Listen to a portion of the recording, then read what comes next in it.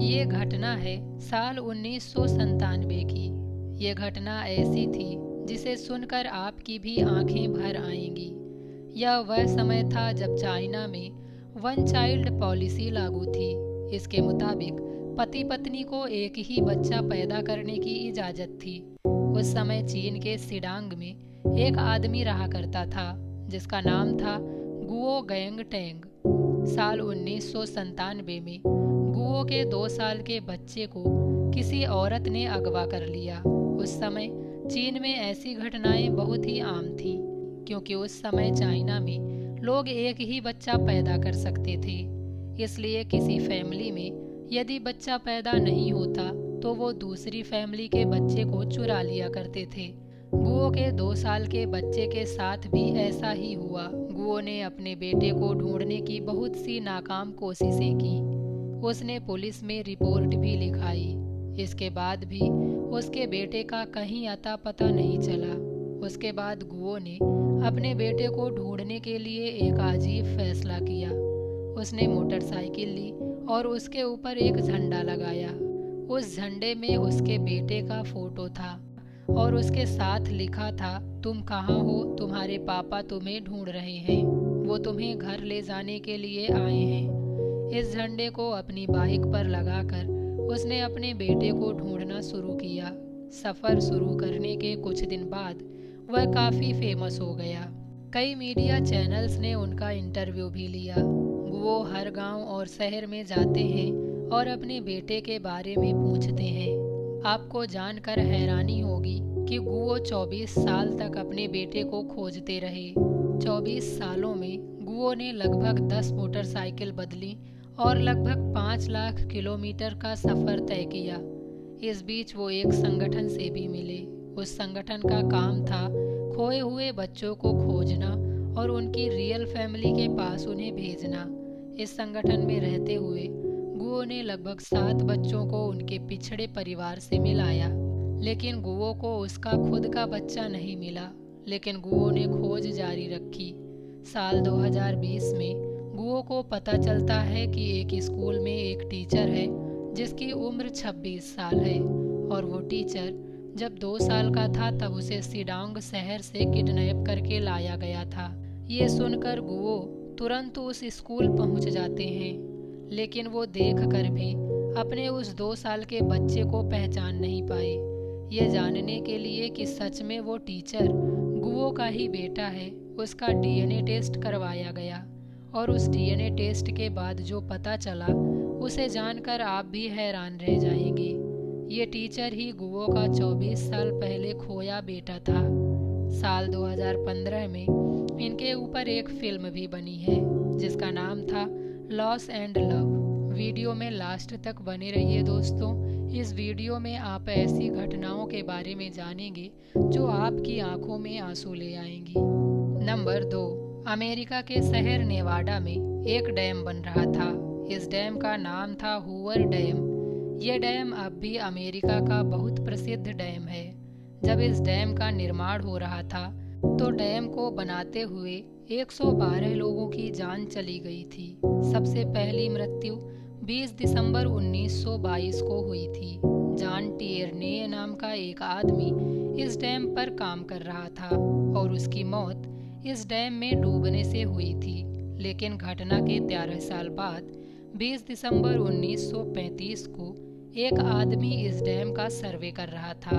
इसका नाम था पैट्रिक डब्ल्यू टियरने। सर्वे करते वक्त पैट्रिक का पैर फिसल गया और वह डैम से नीचे गिर गया। पैट्रिक की वहीं पर मृत्यु हो गई। हैरानी की बात तो यह है कि पैट्रिक टियरने जॉन टियरने का बेटा था। इस तरह उस डैम पर पहली और लास्ट मृत्यु बाप और बेटे की हुई। और उससे भी ज़्यादा हैरानी की बात यह है कि इन दोनों की मृत्यु एक ही तारीख को हुई थी। ये तारीख थी 20 दिसंबर। नंबर 3, 1803 से लेकर 1815 तक फ्रांस के राजा नेपोलियन ने बहुत सी लड़ाइयाँ लड़ी, और इसी वजह से नेपोलियन से बहुत से लोग डरते थे, और उसी में शामिल थे ब्रिटेन के लोग। इन लोगों को लगता था कि नेपोलियन समुद्र के रास्ते उन पर हमला करेगा और उनके देश पर कब्जा कर लेगा।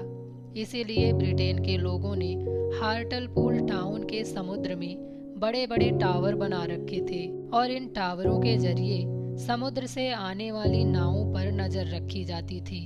लेकिन हैरानी की बात तो यह है कि ब्रिटेन के लोगों को यह नहीं पता था कि फ्रांस के लोग दिखते कैसे हैं और कौन सी भाषा बोलते हैं, क्योंकि उन लोगों ने कभी भी फ्रांस के किसी आदमी को नहीं देखा था।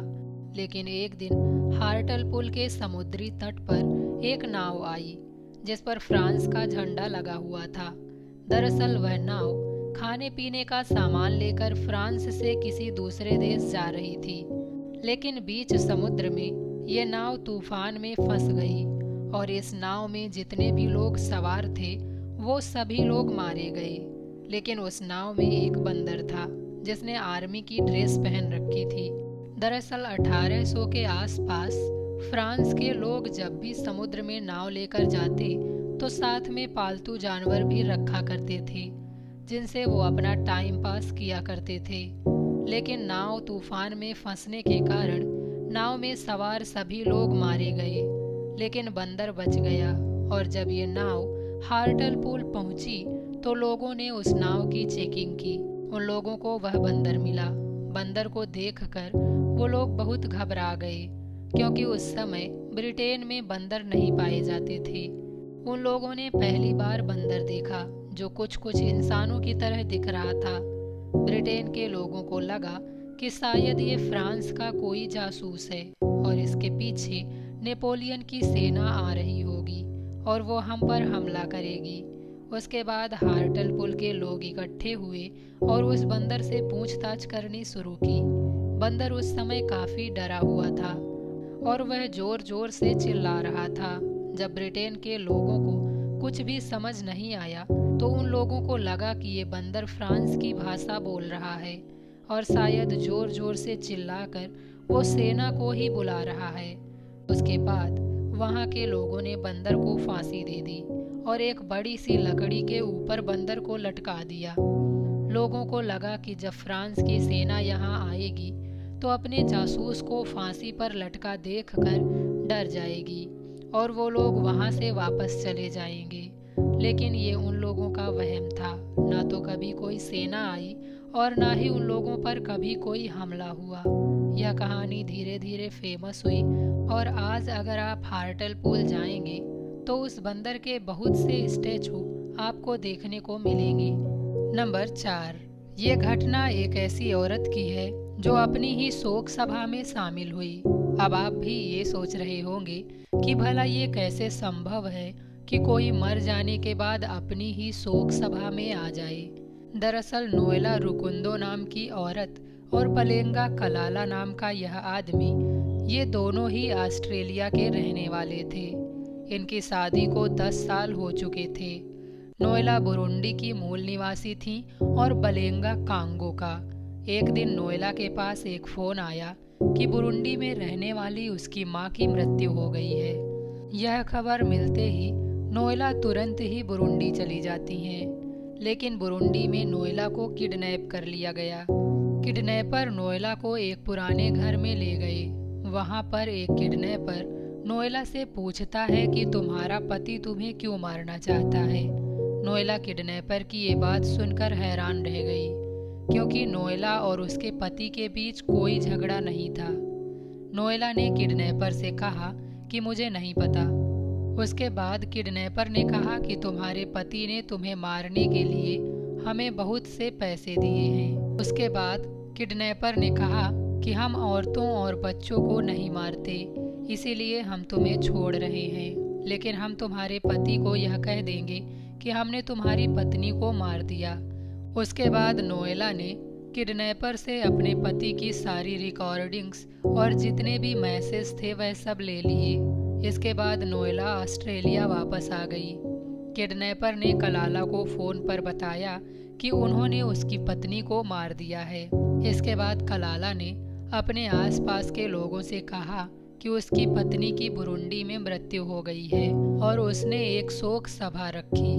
एक तरफ कलाला अपनी पत्नी के मरने पर शोक सभा का इंतजाम कर रहा था और दूसरी तरफ उसकी पत्नी ने थाने में जाकर पुलिस को पूरी कहानी बताई और सबूत दिए, और पुलिस के साथ खुद अपनी ही शोक सभा में पहुंच गई। नोएला जैसे ही गाड़ी से उतरी, उसके पति कलाला के पसीने छूट गए। उसके बाद कलाला को गिरफ्तार कर लिया गया और उससे पूछताछ की गई कि तुम अपनी पत्नी की जान क्यों लेना चाहते थे। कलाला ने बताया कि वो और उसकी पत्नी मिलकर एक कंपनी चलाते थे और दोनों ही पार्टनर थे, लेकिन थोड़े समय बाद उसके मन में लालच आ गया। उसने अपनी पत्नी को मारकर सारी संपत्ति हड़पना चाहा, लेकिन वह ऐसा नहीं कर पाया, बल्कि उससे भी हाथ धो बैठा जो उसके पास था। तो आज की वीडियो में बस इतना ही। वीडियो को आखिर तक देखने के लिए आपका तहे दिल से धन्यवाद। वीडियो अगर आपको पसंद आई हो तो वीडियो को लाइक कर देना। हमारे चैनल पर नए आए हो तो चैनल को सब्सक्राइब कर लेना और साथ ही बेल आइकन को ज़रूर दबा लेना, ताकि हमारी हर वीडियो का नोटिफिकेशन आप तक सबसे पहले पहुंच सके। तो मिलते हैं नेक्स्ट वीडियो में, तब तक के लिए बाय बाय दोस्तों।